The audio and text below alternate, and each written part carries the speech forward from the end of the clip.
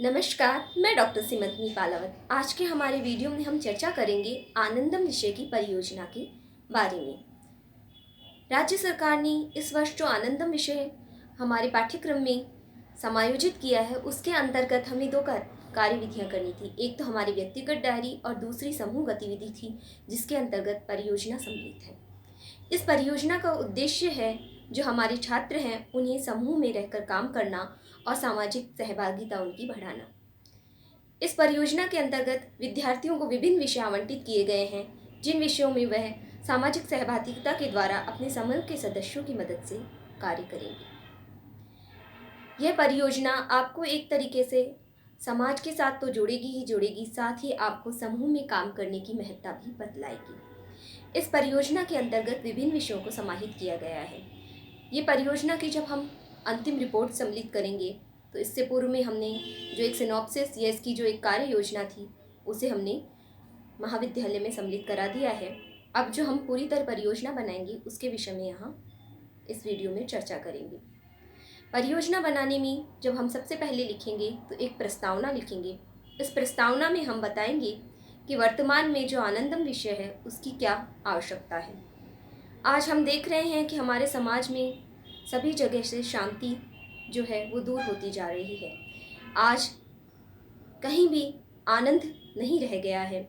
समाज में एक प्रकार की हिंसा जो है सर्वत्र परिव्याप्त है। इसका कारण कहीं ना कहीं व्यक्ति से आरंभ होकर समाज तक जाता है। तो हम आनंदम में बताएंगे कि किस प्रकार से हम मानवीय मूल्य खोते जा रहे हैं, हमें मानवीय मूल्यों की क्या आवश्यकता है और किस प्रकार से आपने जो परियोजना ली है वो इसमें लाभप्रद रहेगी। आप यहाँ मैं की शैली का प्रस्तावना में प्रयोग कर सकते हैं। इसके उपरांत जब हम आएंगे वो है आभार।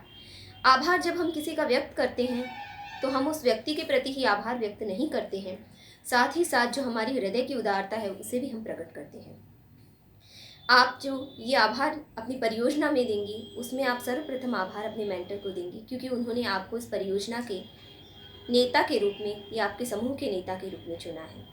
आप बताएंगे कि किस प्रकार से आपके मेंटर के द्वारा चुने जाने के कारण आप इस परियोजना में अच्छा कार्य कर पा रहे हैं। उसके उपरांत आप अपने महाविद्यालय के उन शिक्षकों को भी धन्यवाद दे सकते हैं जिन्होंने आपकी परियोजना को पूर्ण कराने में आपकी सहायता दी है। साथ ही साथ आप अपने महाविद्यालय के नोडल अधिकारी को एवं अन्य शिक्षकों को भी धन्यवाद दे सकते हैं। आप अपने माता पिता को भी धन्यवाद दे सकते हैं जिन्होंने आपका इस कार्य में सहयोग किया। आप अपने किसी विशिष्ट मित्र का धन्यवाद दे सकते हैं। साथ ही अंत में आप समूह के रूप में जब धन्यवाद देते अपने समूह के सभी सदस्यों को, साथ ही साथ में उन सभी लोगों का धन्यवाद भी अर्पित कर सकते हैं जिन्होंने आपका इस कार्य में सहयोग किया हो। इस प्रकार से जब आप आभार व्यक्त करेंगे तो आपका ये आभार आपके हृदय की जो है उत्कृष्टता को दिखाएगा। हमारे द्वारा व्यक्त किया जाने वाला आभार एक प्रश्न में समाहित होना चाहिए, क्योंकि यदि हम बहुत अधिक लंबा आभार व्यक्त करते हैं तो ये हमारी जो कार्य योजना है या हमारी परियोजना है उसमें कहीं ना कहीं व्याधान डालेगा। इसके उपरांत हम अध्यायों पे आएंगे। अध्यायों में जब किसी कार्य को विभक्त किया जाता है तो पढ़ने में बहुत आसान हो जाता है, साथ ही साथ में हमारी परियोजना को भी समझने में एक आसानी दूसरों के लिए उपलब्ध कराएगा। जब हम अध्यायों में इस परियोजना को विभक्त करेंगे तो सर्वप्रथम जो हम अध्याय बनाएंगे वो होगा हमारी परियोजना के परिचय से संबंधित। आपने कोई भी परियोजना ली हो, चाहे वो जल संरक्षण की हो, चाहे कचरा निस्तारण की हो, चाहे बेटी बचाओ बेटी पढ़ाओ की हो, चाहे वो लोक कलाओं और संस्कृति के संरक्षण की हो, आप सर्वप्रथम बताएंगे कि आपकी ये परियोजना है क्या। यदि जल संरक्षण की है तो आप बताएंगे कि जल संरक्षण है क्या। यदि लोक कलाओं की और लोक संस्कृति के संरक्षण की है तो आप सर्वप्रथम बताएंगे कि लोक किसे कहते हैं, तदंतर लोक कलाएं क्या है और उसके उपरांत लोक संस्कृति क्या है।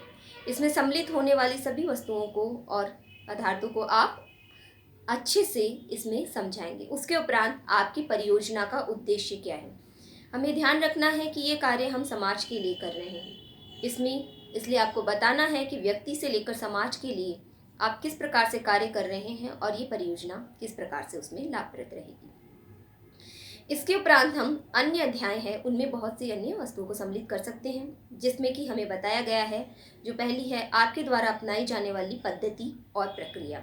पद्धति और प्रक्रिया आपके द्वारा अपनाई गई है वो विभिन्न प्रकार की हो सकती है। हमने मूलतः यहाँ 3 प्रकार की पद्धतियों की चर्चा कर रहे हैं।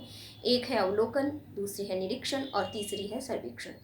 अवलोकन में आप किसी भी वस्तु का बाह्य रूप से निरीक्षण करेंगे, यानी कि आप केवल उसे देखेंगे कि ये किस प्रकार की है। निरीक्षण में आप उसका सूक्ष्म निरीक्षण करेंगे, आप जानेंगे कि ये क्या है, किस प्रकार से है, किस कारण से है। सर्वेक्षण में आप एक प्रकार का सामाजिक संवाद भी करते हैं और आप लोगों से सर्वे कर कर या सर्वेक्षण कर कर ये जानते हैं कि ये किस कारण से है या ये किस प्रकार से है।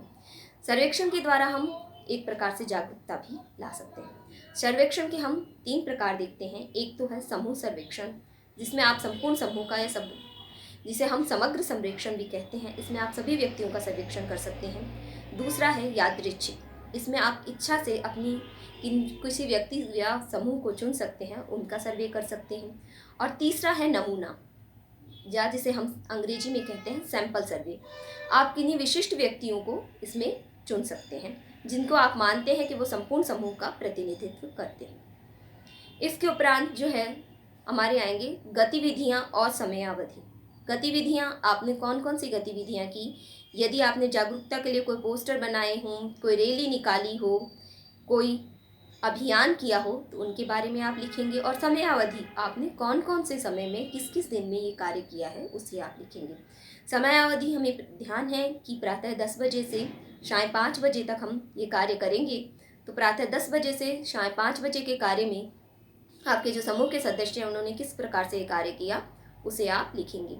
तीसरा है जो हमारे महत्वपूर्ण विषय है, वो है सामाजिक संवाद, आपके द्वारा किया गया निरीक्षण और आपको प्राप्त अनुभव। आप सामाजिक संवाद, जैसे कि हमने सर्वेक्षण पद्धति के लिए बताया था, उसमें आएगा सामाजिक संवाद आपके द्वारा की जाने वाली परियोजना का एक महत्वपूर्ण विषय है। ये प्रत्येक जो भी आपकी परियोजना है उसमें आएगा। किस प्रकार से आप सामाजिक संवाद करके विभिन्न जो विषय है उन्हें इकट्ठा करते हैं, साथ ही साथ आप लोगों में जागरूकता लाते हैं सामाजिक संवाद के द्वारा।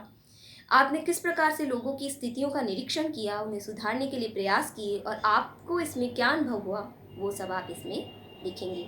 साथ ही साथ में यदि आपकी परियोजना से संबंधित कोई मीडिया कवरेज है, आपने कोई इससे संबंधित चित्र वगैरह खींचे हैं या फोटो वगैरह खींची हैं, तो आप उन्हें भी यहाँ पर लगा सकते हैं। आप जो फोटो वगैरह लेते हैं उन्हें जो महाविद्यालय के व्हाट्सएप ग्रुप है उसमें भी डाल सकते हैं। इसके उपरांत हम जो हमारी परियोजना है उससे पूर्व की क्या स्थिति थी और आपकी परियोजना से लोगों को क्या लाभ हुआ, इसके बारे में भी बताएंगे। इस प्रकार से आप जो अपनी परियोजना की उपलब्धियां हैं उन्हें एक जगह सम्मिलित करके लिख सकते हैं। तदनंतर हम एक और कार्य करेंगे, वो है हमारे किसी विशिष्ट जो समूह का सदस्य है उसका कोई विशिष्ट योगदान यदि रहा हो तो उसे भी आप इसमें लिखेंगे कि किस प्रकार से आपके समूह ने कार्य किया और किस विशिष्ट व्यक्ति ने आपको सर्वाधिक योगदान आपके समूह में से दिया है। अंत में हम कार्य करेंगे निष्कर्ष और परिणाम का। क्या आपकी जो ये परियोजना रही उसका निष्कर्ष रहा, क्या अंत में इसके परिणाम आपको प्राप्त हुए। जब हम वस्तुतः इन सारी विषयों को एक अध्यायों के रूप में सम्मिलित करेंगे तो हमें ये ध्यान देने की एक बात आएगी कि जो भी परियोजना आप कर रहे हैं उस परियोजना को आप जब सामाजिक संवाद करेंगे तो क्या कारण रहा है, यानी आपको कारणों का भी उल्लेख करना है। यदि आप जल संरक्षण के कारण पर परियोजना पर कार्य कर रहे हैं तो आप ये बताएंगे कि क्यों आज जल संरक्षण में हम पिछड़ते जा रहे हैं, क्या आपको सामाजिक संवाद में कारण प्राप्त हुए। यदि आप कृषि की उन्नत तकनीकों के विषय में आप परियोजना बना रहे हैं तो क्या कारण है कि कृषि में हम पिछड़ते जा रहे हैं, आपको सामाजिक संवाद से क्या कारण प्राप्त हुए। इसी प्रकार से दहेज है, लोक कलाओं का संरक्षण है, नशा मुक्ति है या अन्य कोई भी आपकी परियोजना है, महिलाओं से संबंधित, बेटी बचाओ बेटी पढ़ाओ से संबंधित, तो आप क्या कारण है कि आपको क्या कारण प्राप्त हुए हैं। महिलाओं की शिक्षा में पिछड़े होने की या किसी की आप एक अध्याय अपना कारणों से संबंधित भी बना सकते हैं। एक अध्याय आप बना सकते हैं कि आपकी परियोजनाओं से लोगों को क्या लाभ हुआ।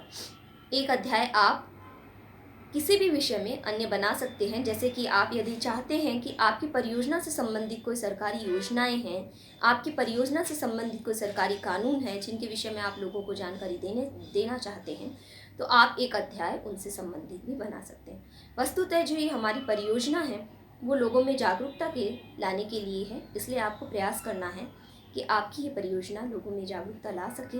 आप अपने समूह के सदस्यों में का इसमें योगदान ले सकते हैं और इस प्रकार से आप अपनी कार्य योजना को बनाकर उसे एक जो आपकी कॉपी है, हमने बताया था आपको बाइंडिंग वाली पेजेस फाइल के, उनमें लिख सकते हैं। मैं आशा करती हूँ कि आपको परियोजना के विषय में आप समझ में आ गया होगा। धन्यवाद।